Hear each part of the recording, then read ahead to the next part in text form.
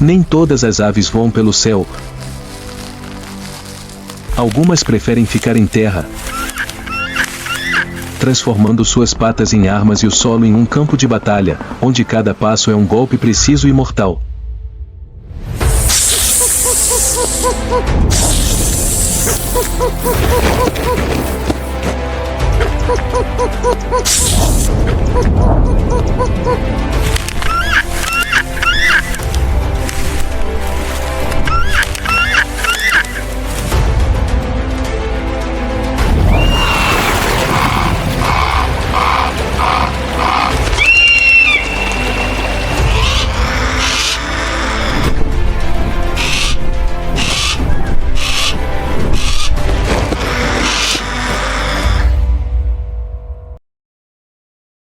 Roadrunner vs Cobra. A batalha mais feroz do deserto.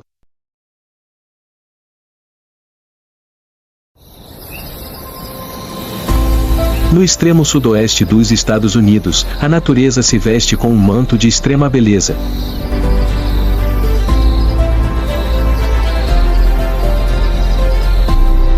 Não há florestas frondosas nem pradarias infinitas, mas sim uma terra desértica, um lugar onde o sol queima do nascer ao pôr do sol e onde a água é mais escassa do que o ouro.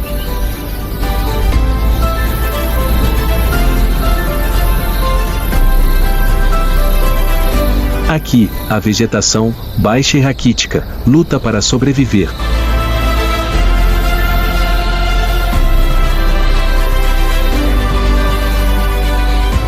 Os arbustos de cacto saguaro erguem-se como braços petrificados no meio do mar de areia, as iucas com suas folhas afiadas como facas e as árvores de creusota, esguias e dispersas, exalam um odor acre cada vez que o vento quente sopra.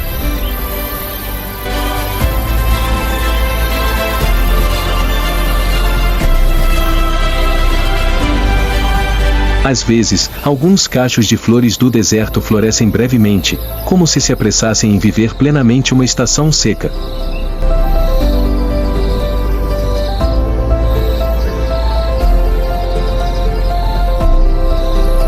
A vegetação deste lugar não forma florestas nem dá sombra, mas é o refúgio dos seres vivos mais resistentes.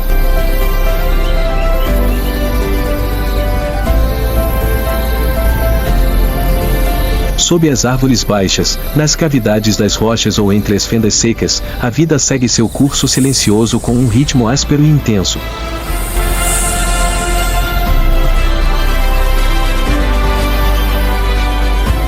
E no meio dessa terra árida e quente, uma estranha criatura passa como uma sombra.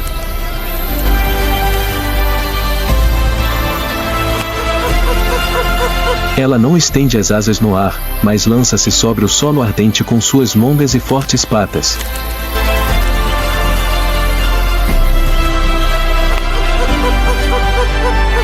É o Roadrunner, o pequeno guerreiro do deserto.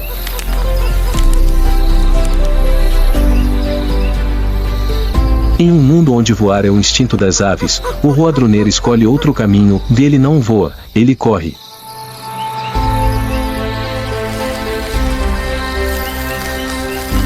E é isso que o torna diferente.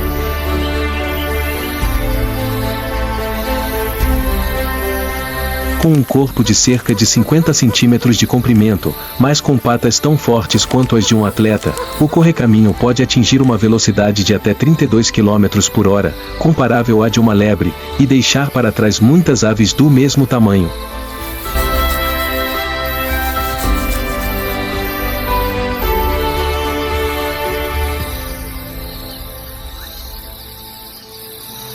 Se a águia tem asas para caçar das alturas, o correcaminho tem pernas para dominar a terra.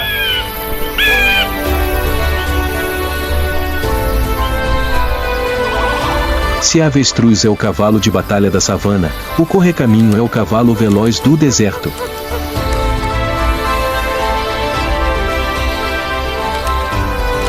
Mas suas pernas não servem apenas para se deslocar, mas também para caçar, fugir, atacar e sobreviver.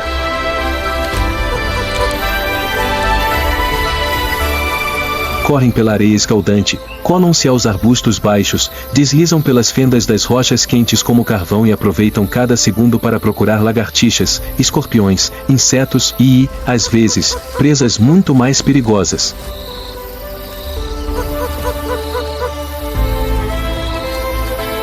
Meio-dia. A temperatura do solo pode queimar a pele em questão de segundos.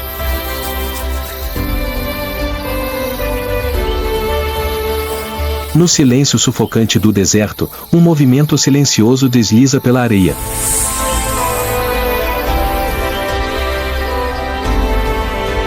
Uma cascavel, um assassino com um veneno mortal, rasteja pelos arbustos baixos de Creosoto, com a língua para fora como se estivesse sondando o terreno e a cauda vibrando levemente, um aviso, mas também uma provocação.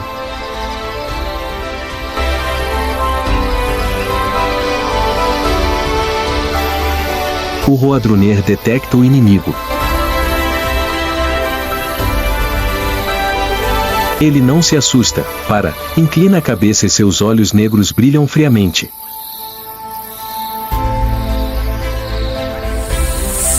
A cobra não é uma presa fácil, mas se tiver sucesso, e será uma refeição rica em proteínas no meio do árido deserto.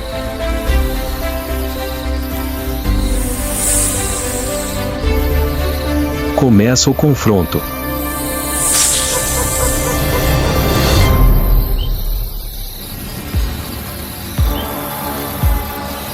A cascavel se lança como uma mola, mas o correcaminho a desvia em uma fração de segundo e contra-ataca com um movimento rápido, batendo a cabeça da cobra contra o chão com o bico e as patas.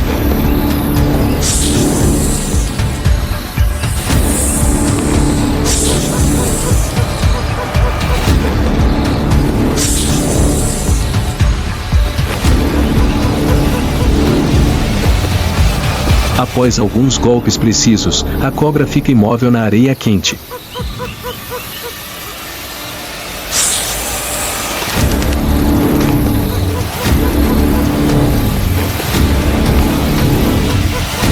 O Roadrunner levanta a cabeça, respira fundo e, lentamente, levanta sua presa e a arrasta até seu ninho.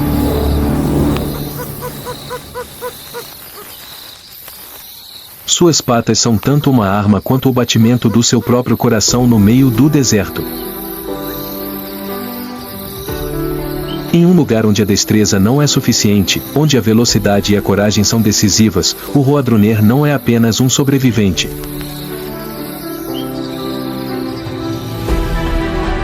Ele é um vencedor. O correcaminho não se limita às cobras, mas é um predador muito versátil.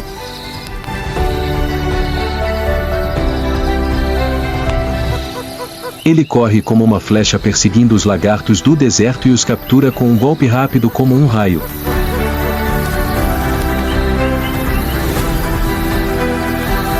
Inclusive, quando tem a oportunidade, ele ataca os pássaros nectarívoros, pequenas aves que parecem inexpugnáveis no ar, espreitando-os entre os arbustos e saltando repentinamente para atacá-los.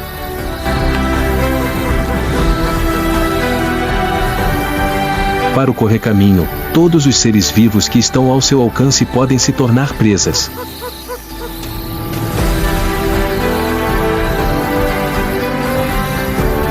Nas intermináveis pradarias da África, o vento carrega a poeira dourada e o som dos predadores a espreita nas sombras.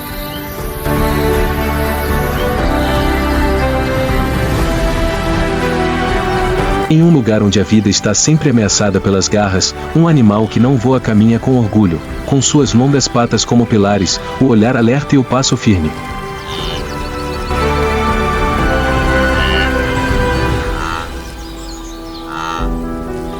É a avestruz africana Struthio camelus, a maior ave do mundo e um dos animais mais bem-sucedidos da vida selvagem.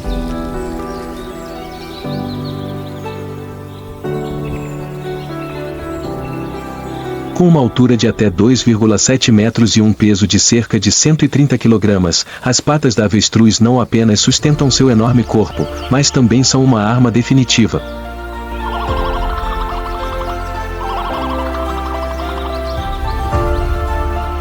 Elas podem correr até 70 km por hora, igualando o leopardo em distâncias curtas, uma velocidade extraordinária não apenas para fugir, mas também para ameaçar seus inimigos.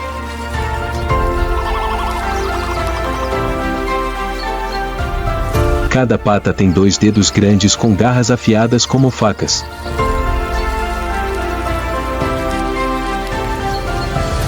Quando encurralada, uma coice de avestruz pode quebrar os ossos de um leão, fazer recuar um chacal e quebrar o peito de um humano se ele se aproximar demais.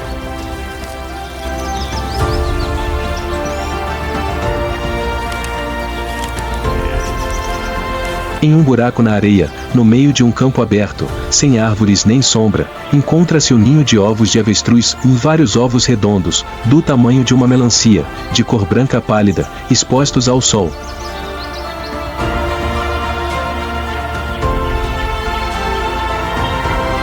Eles parecem vulneráveis, mas na verdade são um campo minado biológico cuidadosamente vigiado.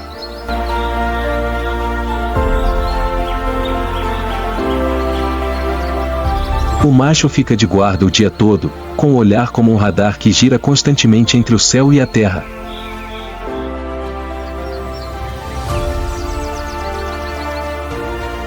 Ao cair da noite, ele cede seu posto à fêmea.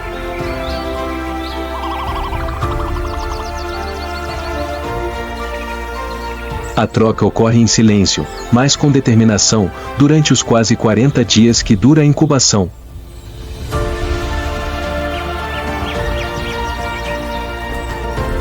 Os predadores, desde linces e raposas até cobras, espreitam a cada segundo.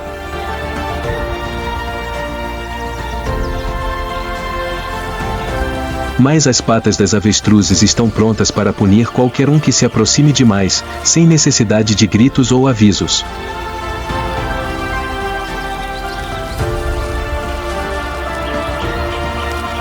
Em meio a uma terra onde a vida é tão frágil quanto um fio de grama seca, as patas não são apenas um meio de transporte, mas uma questão de sobrevivência.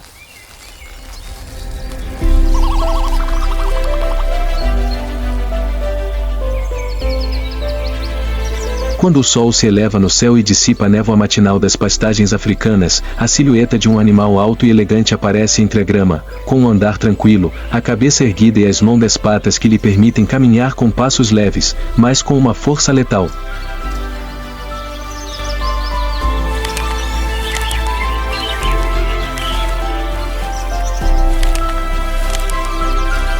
Trata-se do agulhão sagitário, Sagittarius serpentarius, uma ave de rapina única em seu gênero que não domina os céus, mas a terra.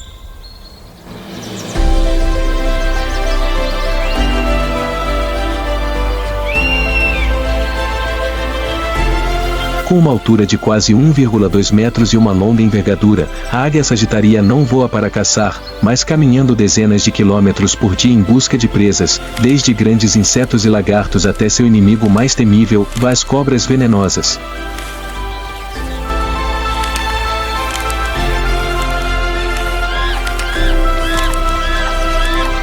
Quando detecta uma presa, especialmente uma cobra, a ave secretária não hesita.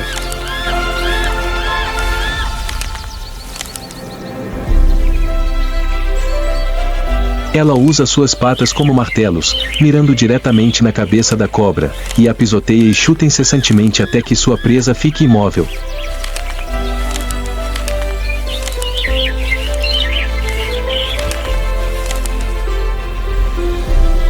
Estudos registraram que cada chute pode gerar uma força equivalente a 5 vezes seu peso corporal, com uma precisão impressionante, como se cada golpe fosse uma sentença de morte.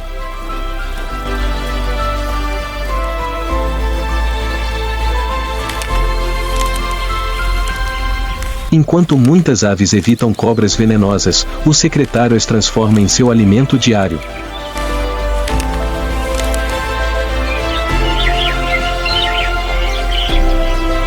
Com pálpebras duplas que protegem os olhos de contra-ataques, patas longas que evitam o veneno e uma tática de ataque implacável, ele se tornou o executor silencioso da pradaria.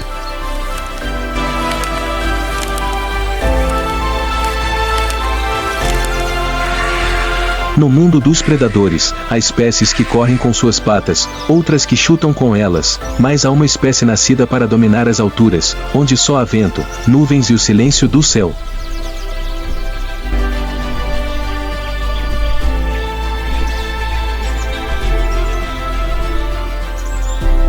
Trata-se da águia, o rei do céu, símbolo supremo da força, da visão e da morte silenciosa.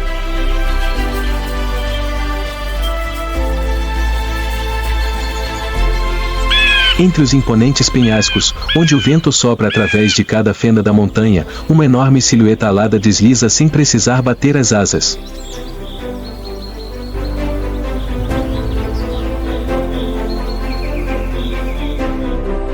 Com uma envergadura de até 2,3 metros, as asas da águia não só lhe permitem voar, mas também flutuar no ar como uma alma do céu.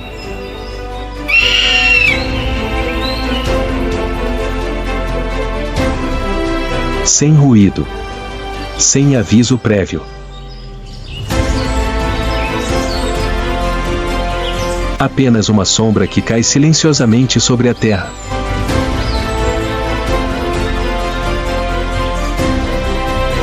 Mas não se deixe enganar pela sua majestade, trata-se de um verdadeiro assassino.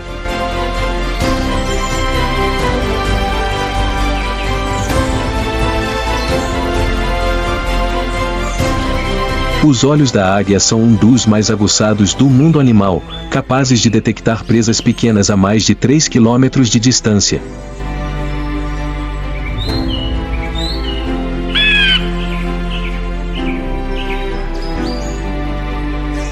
E quando seu olhar se fixa em um coelho, uma raposa ou até mesmo uma cabra montesa que se encontra à beira de um precipício, a sentença de morte está dita.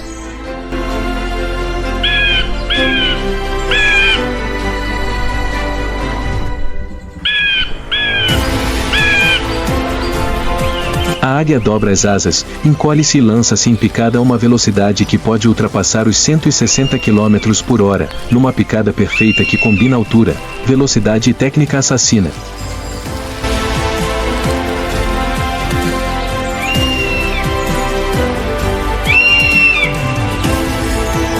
No momento do impacto, suas garras curvas cravam-se na presa com uma força de até 500 psi, equivalente ao golpe de um martelo.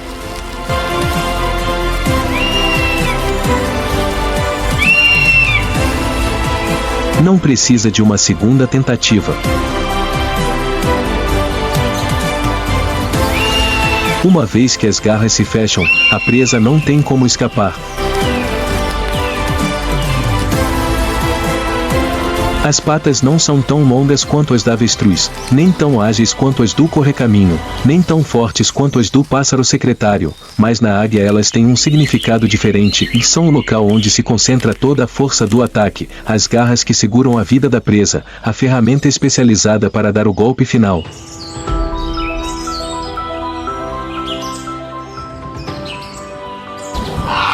As águias não caçam para se exibir. Não precisam rugir.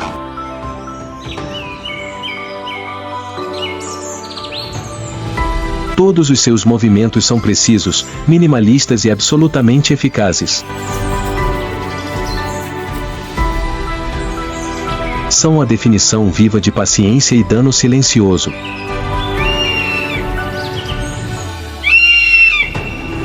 E quando a missão está cumprida, a águia volta a bater as asas, elevando-se no ar e deixando a terra abaixo dela tão tranquila como se nunca tivesse havido uma morte.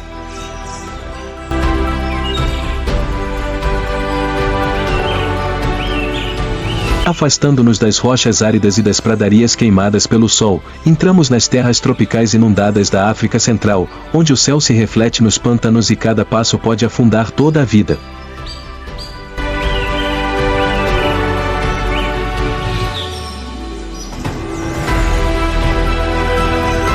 Aqui, entre os altos juncos de papiro, encontra-se imóvel um ser que parece saído da pré-história.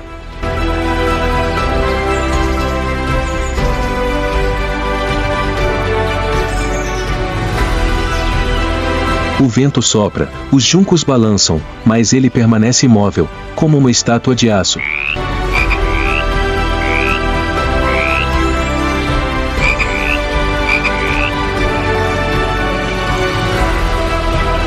Trata-se do pássaro mergulhão Balaeniceps rex, uma espécie misteriosa e única dos pântanos africanos.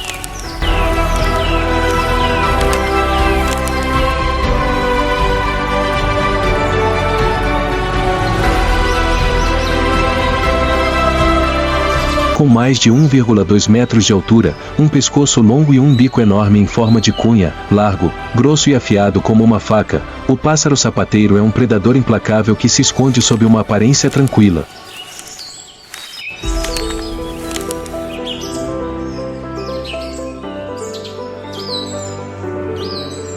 Ele não mergulha nem bate as asas ruidosamente.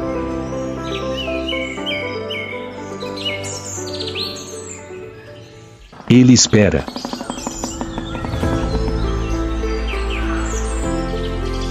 A arma mais temível do pássaro sapateiro não é sua velocidade, mas sua paciência absoluta.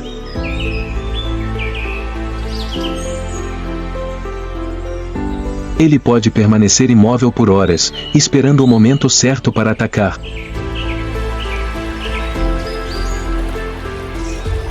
Quando um peixe, uma tartaruga aquática ou um crocodilo se aproxima, ele se lança sobre sua presa, agarra-a com o bico e a bate contra a lama até que ela fique imóvel.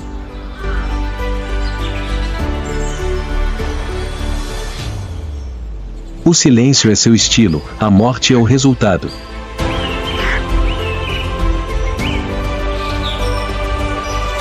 Suas longas patas ajudam-no a atravessar facilmente os pantanos, manter o equilíbrio e escolher um ângulo de ataque discreto.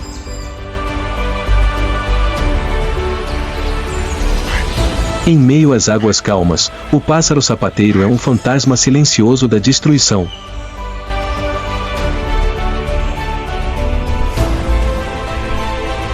Embora seja um predador implacável nos pantanos, o ninho do pássaro sapateiro esconde uma tragédia silenciosa.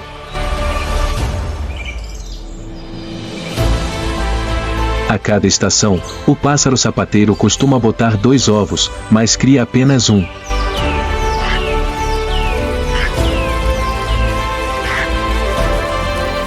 O primeiro a nascer, mais forte, recebe prioridade na hora de se alimentar.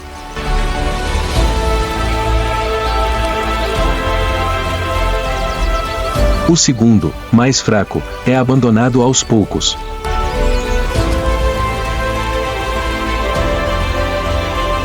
Sem intervenção, sem resgate, apenas o silêncio dos pais e a lei da sobrevivência.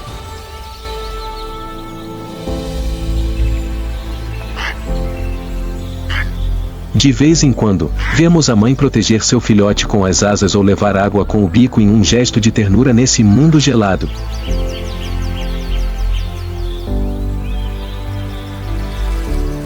Mas essa atenção é reservada apenas para o escolhido para viver.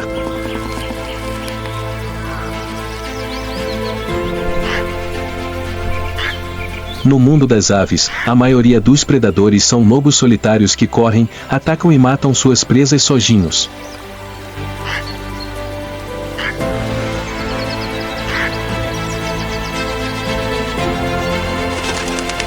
Mas há uma exceção inteligente e organizada, o falcão de Harris, Sparabuteo unicinctus.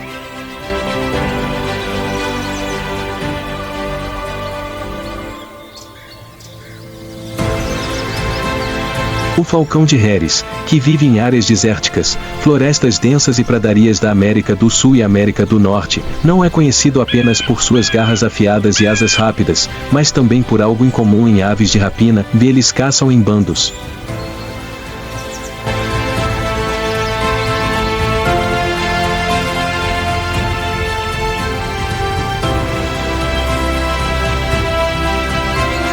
Um grupo de 3 a 5 indivíduos, geralmente parentes da mesma família, coordena seus movimentos seguindo uma estratégia.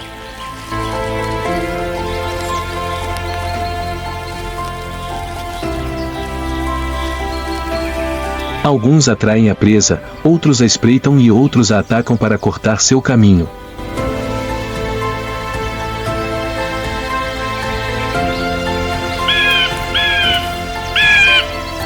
Estratégia, coordenação e eficácia, como guerreiros que se comunicam com o olhar.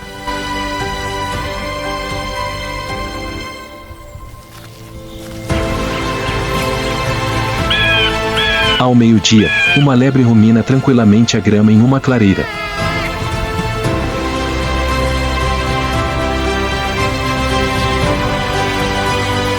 Levanta a cabeça, aguçando os ouvidos e observando o céu limpo.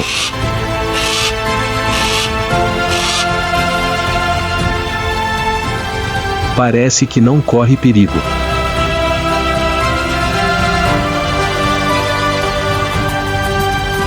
Mas na borda dos arbustos, um par de olhos castanhos e frios fixaram-se na presa.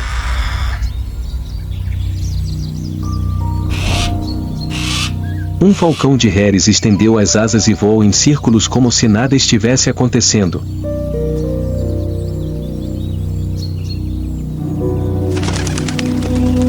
O segundo cruzou silenciosamente pelo lado oposto.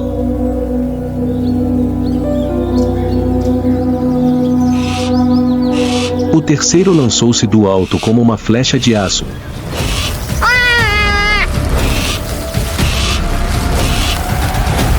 O coelho virou a cabeça para fugir, mas já era tarde demais.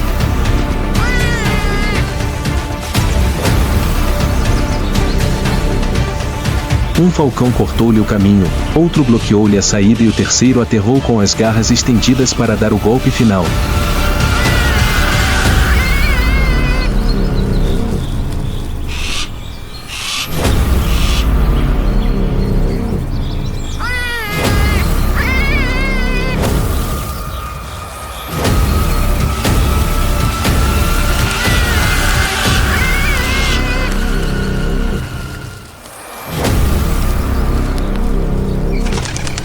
Sem rugidos, sem longas perseguições, em apenas alguns segundos, a presa foi capturada.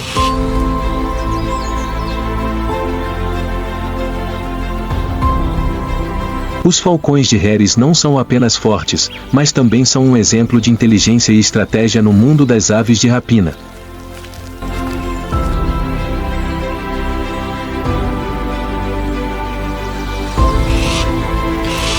Eles compartilham comida, protegem seus ninhos e cooperam de uma maneira que poucas espécies podem igualar.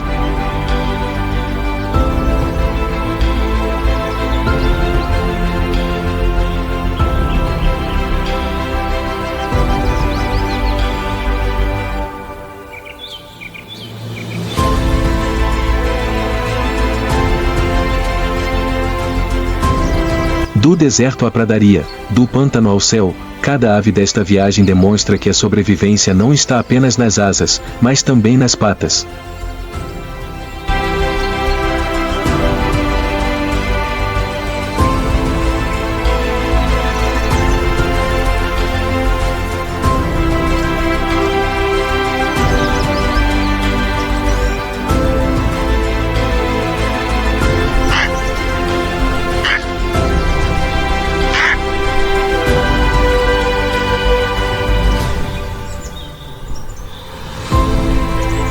Seja a corrida do correcaminho, o chute da avestruz, o passo mortal do pássaro secretário ou as garras da águia, todas são armas forjadas pela evolução e pelo instinto de sobrevivência.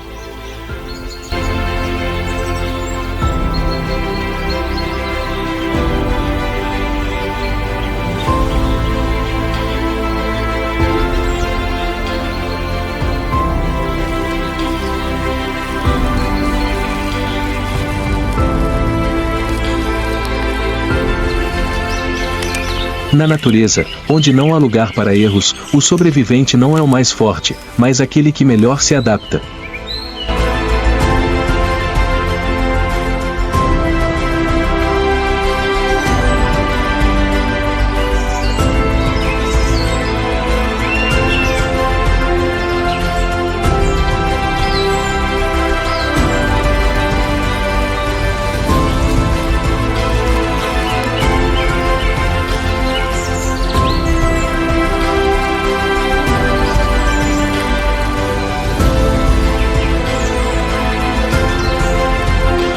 E essas patas orgulhosas são a prova mais viva disso.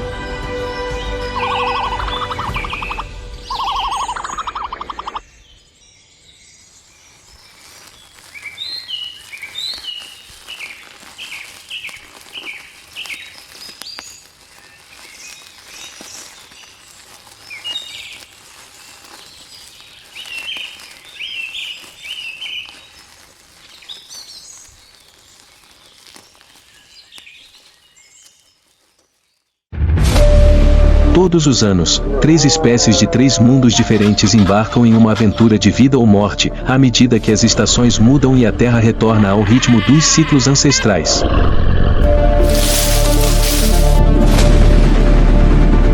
Os salmões vermelhos voltam para seus locais de desova, lutando contra as correntes geladas.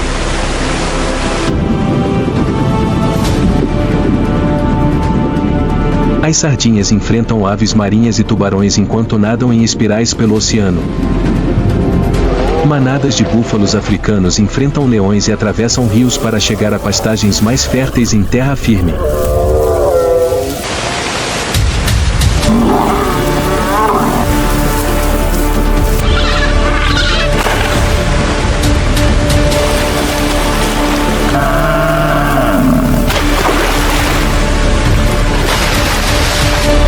A migração é uma necessidade para a sobrevivência e o teste definitivo da vida selvagem.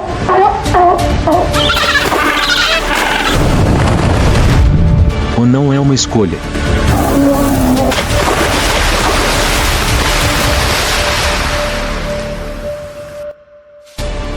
As migrações mais perigosas da Terra, parte 2.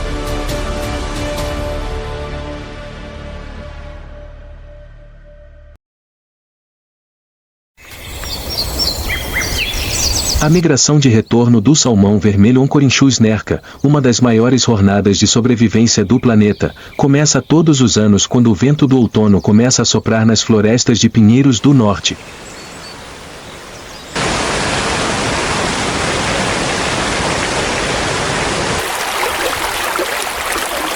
O salmão vermelho, nativo dos rios de água doce do Alasca, Canadá e noroeste dos Estados Unidos, passa seus primeiros anos em lagos antes de se mudar para o oceano aberto.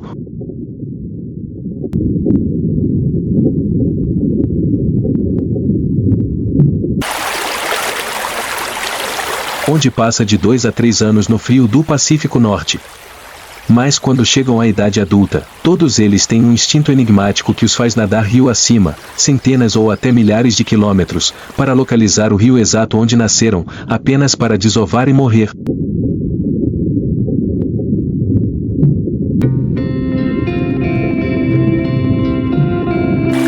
Essa difícil viagem é mais do que apenas férias, é o culminar de um ciclo de vida que foi iniciado pela natureza há milhões de anos.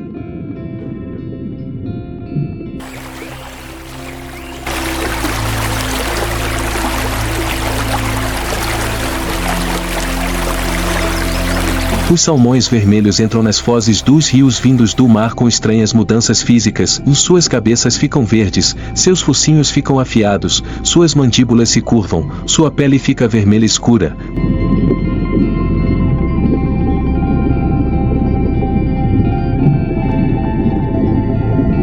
Dando-lhes uma aparência feroz, como se estivessem colocando toda a energia restante na luta pela reprodução.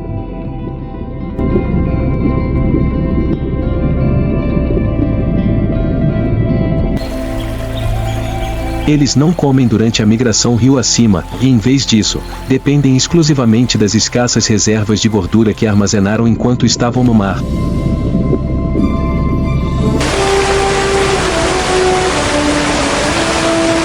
Eles passam por corredeiras, cachoeiras e correntes fortes, cada uma delas parecendo ter o objetivo de matar qualquer peixe que não seja forte o suficiente para sobreviver.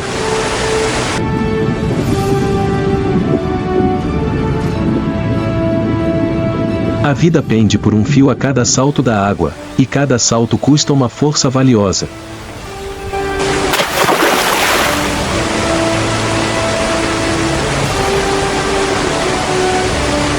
No entanto, a fadiga e as correntes não são seus únicos inimigos.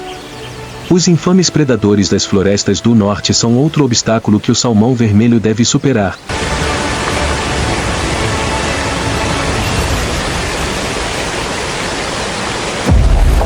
Os riachos rasos, onde o salmão deve pular sobre rochas e corredeiras, são onde os ursos pardos norte-americanos esperam.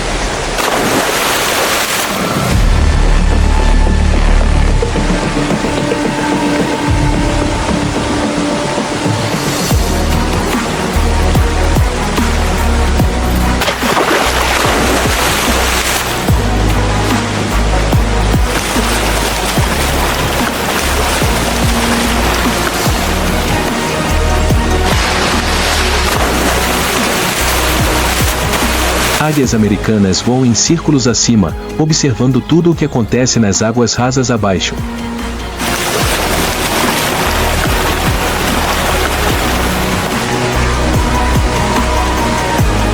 Esses peixes são uma fonte essencial de proteína e nutrientes para centenas de outras espécies na floresta no outono, mas qualquer salmão capturado em suas garras nunca chegará ao seu local de desova.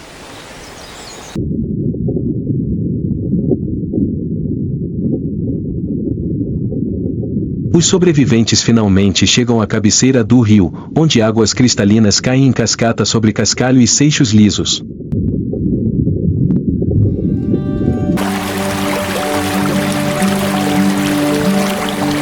As fêmeas depositam milhares de ovos em redes, que elas cavam com suas caudas.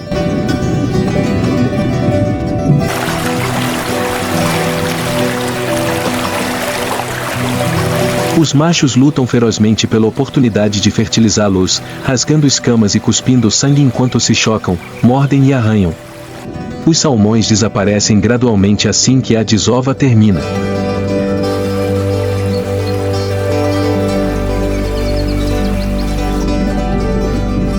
Sua pele descasca, seus corpos ficam pálidos e eles morrem, não por causa de predadores, mas porque cumpriram seu último propósito.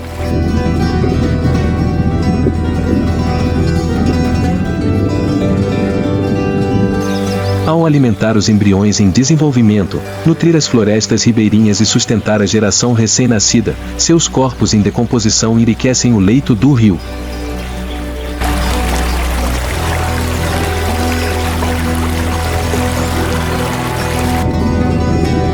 Nascimento, partida, retorno, reprodução e morte são todas partes do ciclo de vida trágico, mas belo, do salmão vermelho.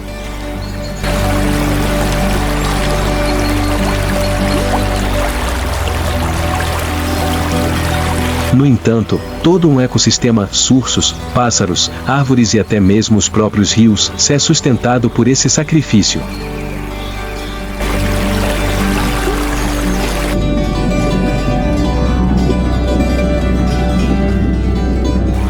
No mundo do salmão vermelho, a vida começa com uma morte nobre, em vez do nascimento, permitindo que uma nova geração nade até o mar e, eventualmente, retorne.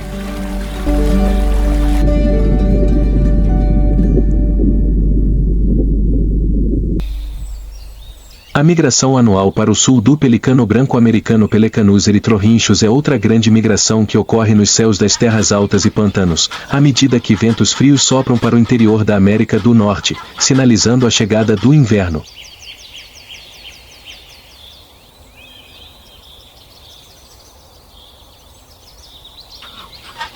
Essas aves são uma representação da majestade e do incrível ritmo da migração, com envergadura de até 3 metros, penas brancas puras e bicos laranja vivos.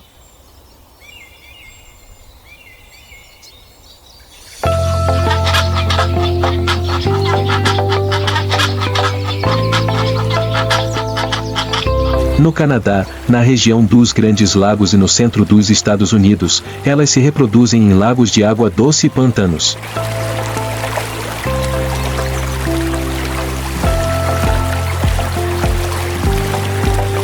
A comida desaparece, a água congela e o instinto leva os bandos para o sul à medida que as temperaturas congelantes se aproximam.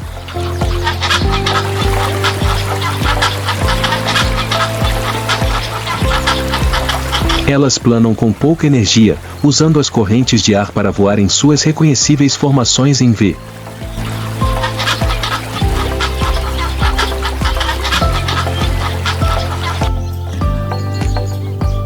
Antes de chegar a águas ricas como os pântanos da Louisiana, o Lago Chapala, no México, ou as baías costeiras da América Central, elas viajam milhares de quilômetros através de estados, fronteiras e paisagens.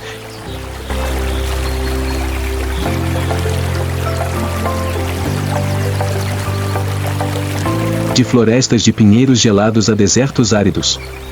No entanto, o local é mais do que apenas um lugar para ficar durante o inverno, ele marca o início de uma incrível tática de sobrevivência, da pesca cooperativa.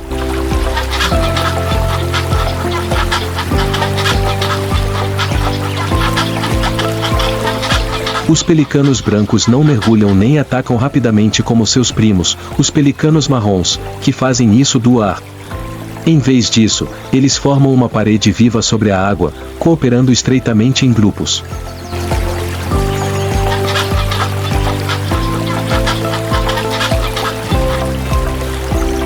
Os peixes são gradualmente conduzidos para os cantos ou áreas rasas do lago pelo bando, que viaja em linhas horizontais.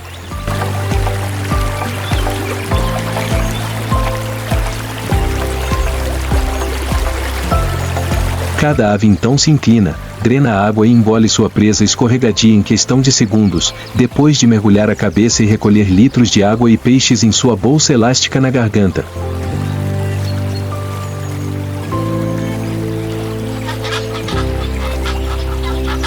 Essa estratégia de caça demonstra inteligência e trabalho em equipe preciso, além de números.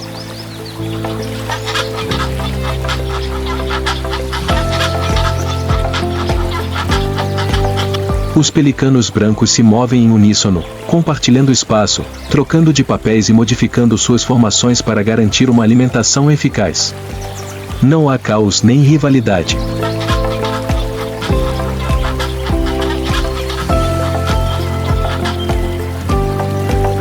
No entanto, eles são obrigados a invadir fazendas de peixes, o que ocasionalmente leva a conflitos, pois as populações de peixes diminuem como resultado da poluição, seca ou invasão humana.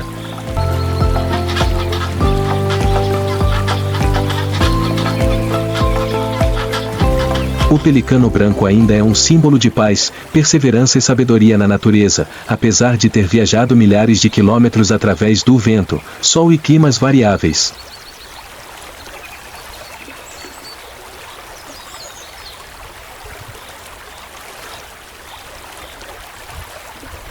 Eles vêm executando essa sinfonia ancestral há milhões de anos, com cada voo, mergulho e captura bem-sucedida servindo como uma nota.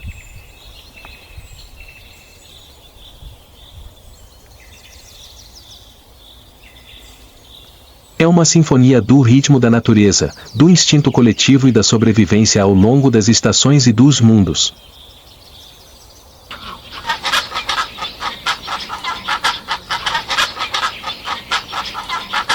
E eles vão se levantar novamente, com as asas abertas, para retomar seu ciclo interminável de terra, água e céu quando a primavera voltar ao norte.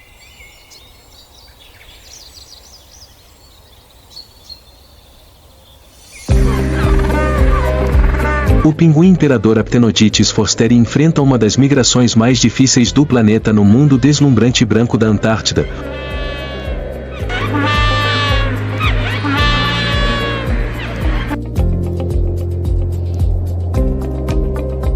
Onde o solo é feito de gelo eterno e ventos cortantes sopram dia e noite.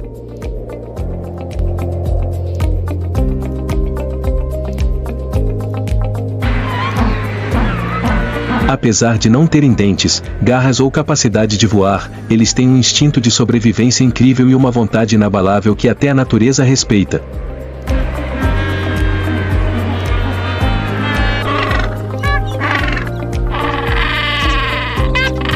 Dezenas de milhares de pinguins imperadores deixam o mar, que serve como seu local de alimentação, todos os anos, quando o inverno antártico sela o oceano sob uma espessa camada de gelo.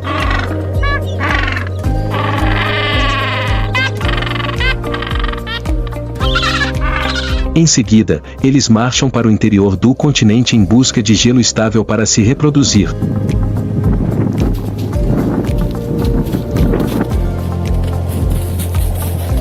Essa viagem cobre mais de 100 quilômetros em condições adversas, com temperaturas que chegam a menos 60 graus Celsius e ventos que ultrapassam 100 quilômetros por hora.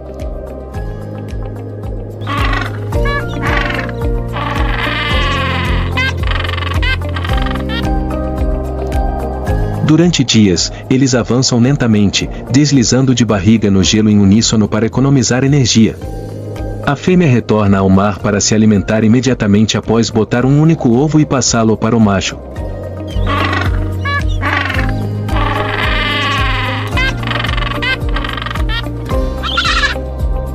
Enquanto isso, o macho realiza um ato de vida ou morte, permanecendo imóvel no gelo por mais de 2 meses, sem comer nada e aquecendo o ovo com uma bolsa de incubação.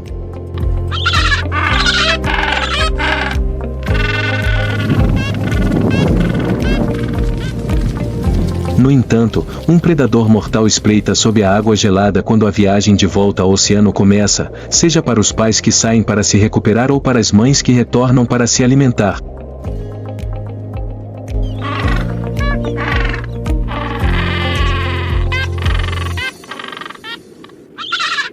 Esse predador é o leão marinho do sul. Esses caçadores são pacientes, fortes e habilidosos, e ficam à espreita perto das bordas do gelo, onde os pinguins mergulham em busca de alimento.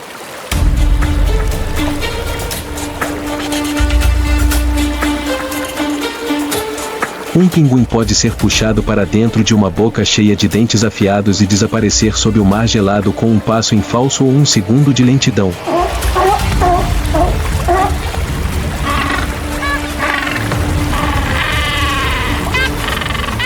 O olhar gelado do leão marinho está fixo no pinguim cada vez que ele se impulsiona do gelo para a água, um salto gracioso, mas desesperado.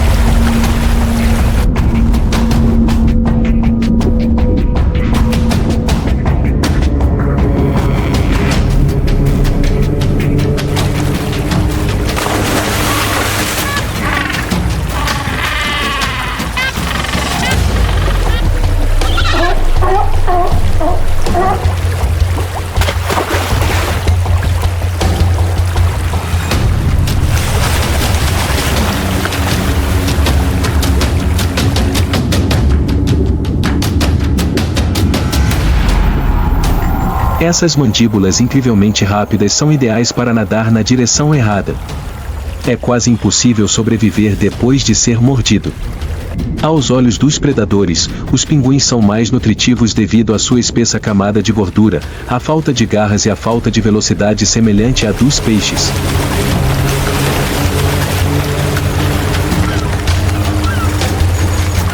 Como um indício sombrio de que um ataque acabou de ocorrer, os leões marinhos frequentemente consomem primeiro a cabeça ou os órgãos, deixando o restante flutuando.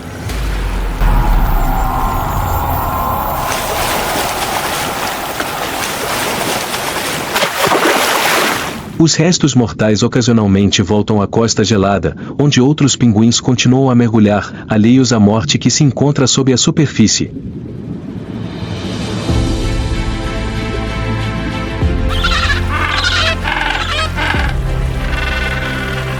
Os bandos aprenderam a ter cuidado. Se um pinguim desaparece e não volta, os outros param e se afastam.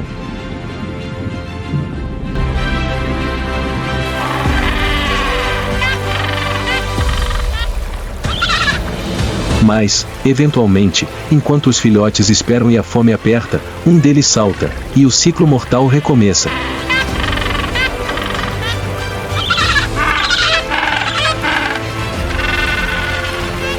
Cada mergulho na Antártida é um risco de morte, e não apenas uma caçada, o que é uma dura realidade da vida lá.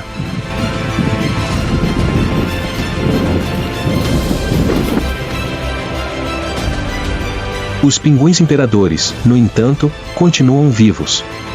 Eles realizam essa migração ano após ano, através de corajosas fugas subaquáticas, aglomerando-se para se aquecer durante tempestades de neve e através da devoção materna.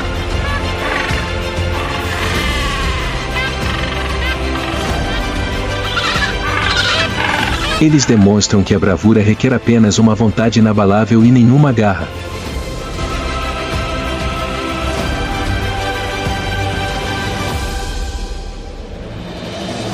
Os gritos dos filhotes recém-nascidos e os passos decididos daqueles que nunca param de andar são dois exemplos de como a vida continua a reverberar no lugar mais tranquilo da Terra.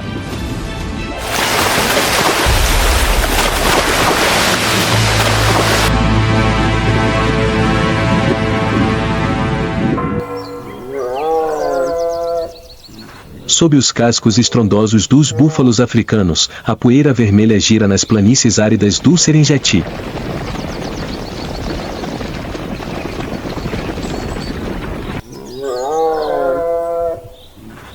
Através de um mar de grama queimada pelo sol, mais de 2.000 indivíduos se movem como um só, criando um rio denso e vivo.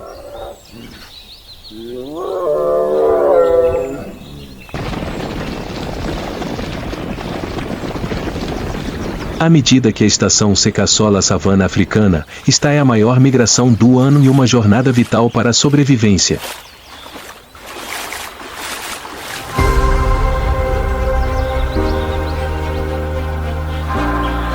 Um dos maiores mamíferos ungulados do continente é o búfalo africano Cincerus caffer.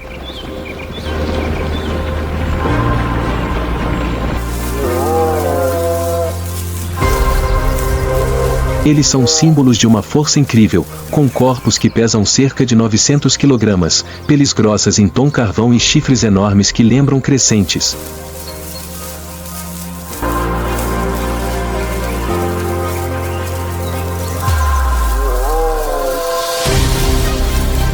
Esses búfalos têm uma ordem social estruturada e coesa e vivem em manadas enormes, às vezes com milhares de indivíduos, ao contrário de seus primos domesticados.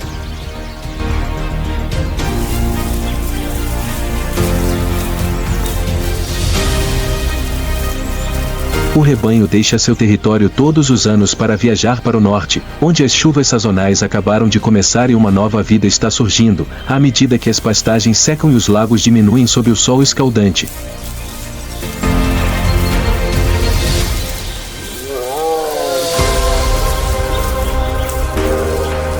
Até mesmo os filhotes que acabaram de atingir a idade adulta fazem parte dessa migração de centenas de quilômetros.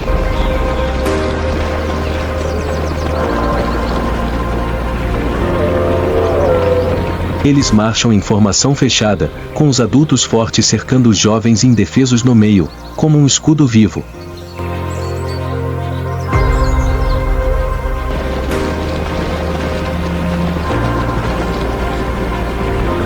Os búfalos finalmente chegam a um lugar de vida após quase 3 semanas de caminhada árdua por planícies carbonizadas e terrenos perigosos. Novas chuvas trouxeram os pântanos de volta à vida.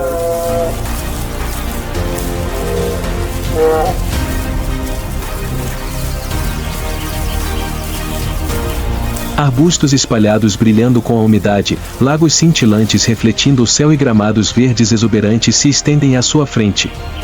A manada entra nesta terra renascida, exausta, mas orgulhosa.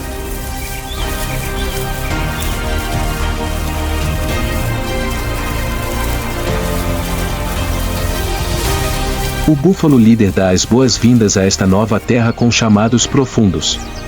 Além disso, eles não estão sozinhos. Gnus chegam em grupos em debandada à distância.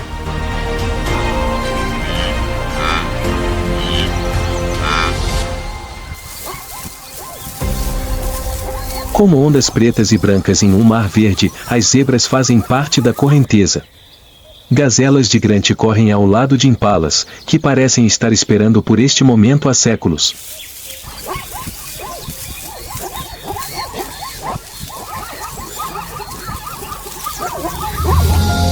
À luz do sol, garças cinzentas, marabus e cegonhas brancas circulam acima.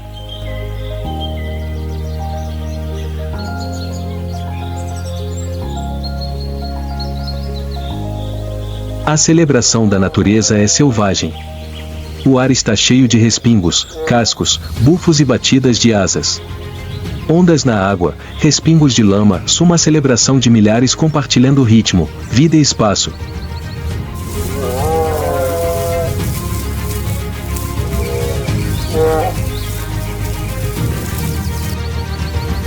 O búfalo africano continua sendo um gigante silencioso entre eles, governando e estabelecendo o padrão.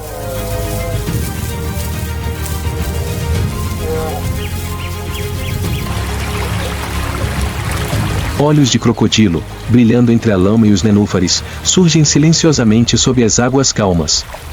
No entanto, eles se movem apenas ligeiramente antes de recuar diante do tamanho e da força imensos da manada de búfalos.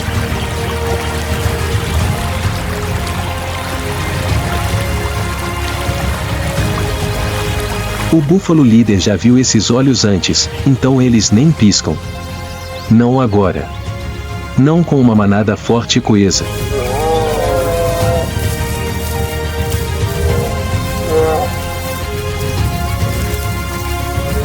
Uma representação única da tranquilidade na natureza é este encontro no Pantanal.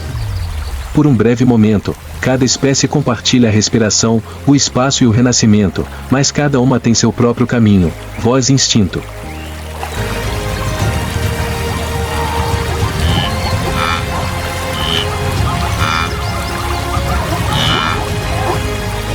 Um calor sereno desce sobre a savana à medida que o crepúsculo a transforma em um tom dourado.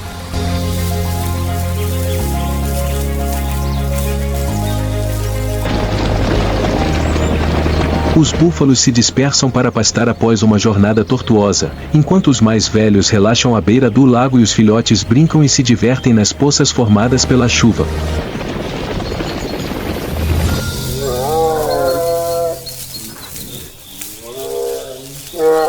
Como se a natureza finalmente tivesse aberto seus braços, tudo parece estar em paz.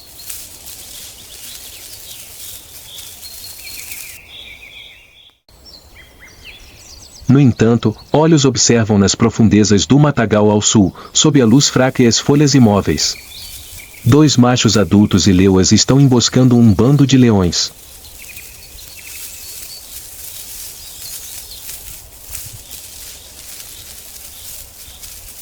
Seus músculos estão tensos sob a pele firme e suas pelagens douradas se misturam com a grama seca.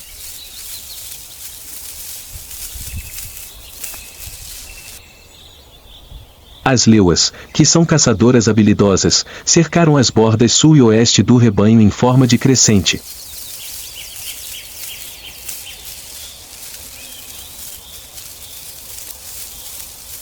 Os machos permanecem atrás, com suas enormes cabeças e jubas flamejantes prontas para atacar em caso de emergência.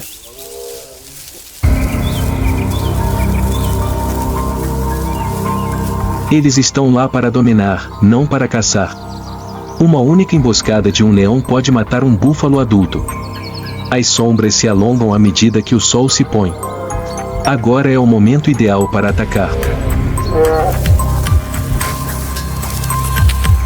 Um filhote curioso para beber em um tufo alto de grama depois de se afastar demais de sua mãe. Ele não percebe que há olhos fixos nele. Com cada passo sussurrado, a leoa se aproxima.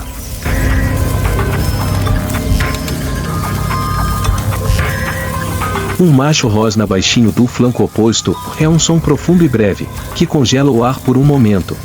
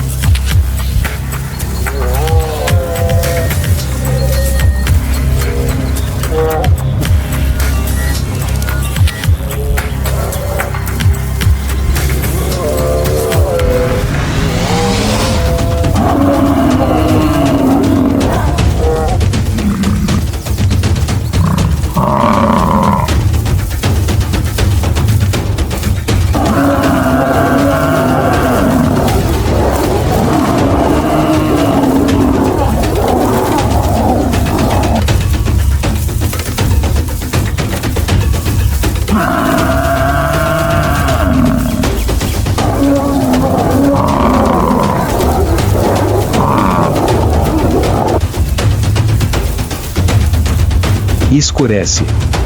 Os leões pastam sob as estrelas em algum lugar próximo. Os búfalos, com feridas ainda frescas, permanecem vigilantes durante toda a noite. A paz é apenas uma pausa na planície africana, um momento de descuido e o mais forte tirará sua vida.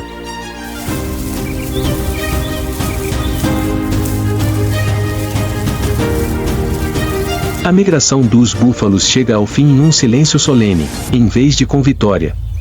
Uma jornada perigosa por emboscadas, lagos cheios de crocodilos e campos áridos. Alguns foram perdidos.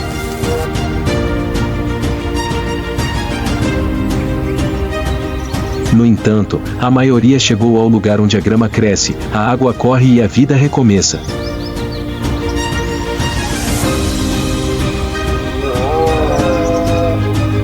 Os búfalos, no entanto, não sabem que nem a grama nem a água representam a maior ameaça para eles. A humanidade é o predador mais mortal. Quando cercas cortam rotas migratórias.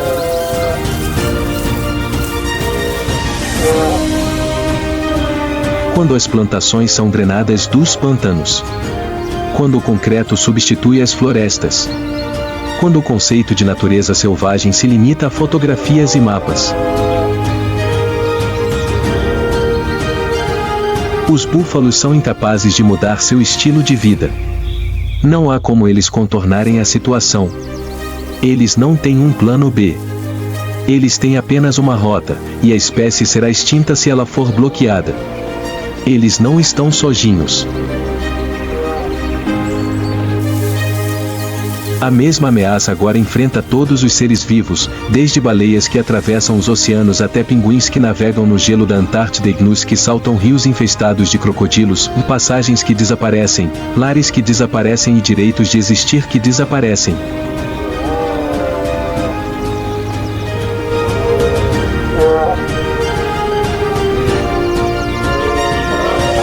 Como podemos protegê-los? Não é a questão. Ainda merecemos testemunhar essas maravilhas?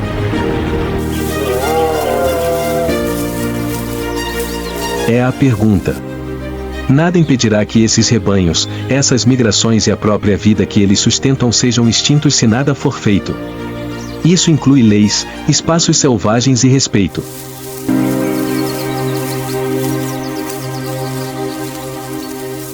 A conservação é uma necessidade para a sobrevivência, não um luxo. Conservar é manter o som dos passos nas planícies.